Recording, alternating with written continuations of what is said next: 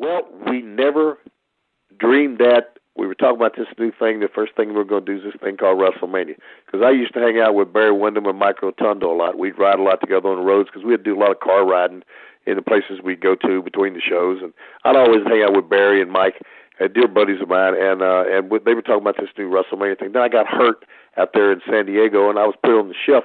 Well, as it turned out, I made the next WrestleMania, which was the one in Chicago. That was the WrestleMania where the WWF versus the NFL. Remember that Battle Royal? We did that. And then just the third one, which was the big one. And I never will forget what an enormous thing that was, because they were shooting for the world record crowd, right?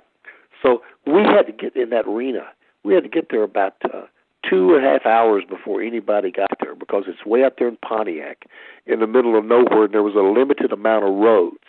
So we got there, and then when this world record crowd got there, I remember Vince and all of us standing back there in the tunnel just looking, and Vince says, "Guys, y'all just check this out." He said, "You might not ever see this again. This is something here that you're going to remember all your life." And we did. And then after that, it took us 3.5 hours before we could leave that arena. It was so many people leaving out of Pontiac. And then to think, as this thing has gone through all sorts of changes, and what is this WrestleMania? This is 30 what? What is this one coming up? 33.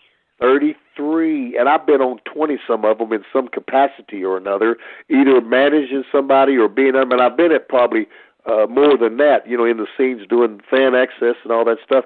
But just to think about that, how long it's became wrestling Super Bowl. It really has. And listen, I got to give that vision to Vince McMahon and the people at the WWF and WWE. And now those are the guys that put that together. And it became, it really has. And listen, who am I talking about? The fans. The fans have made it. You, the fans, have made it the brand that it is.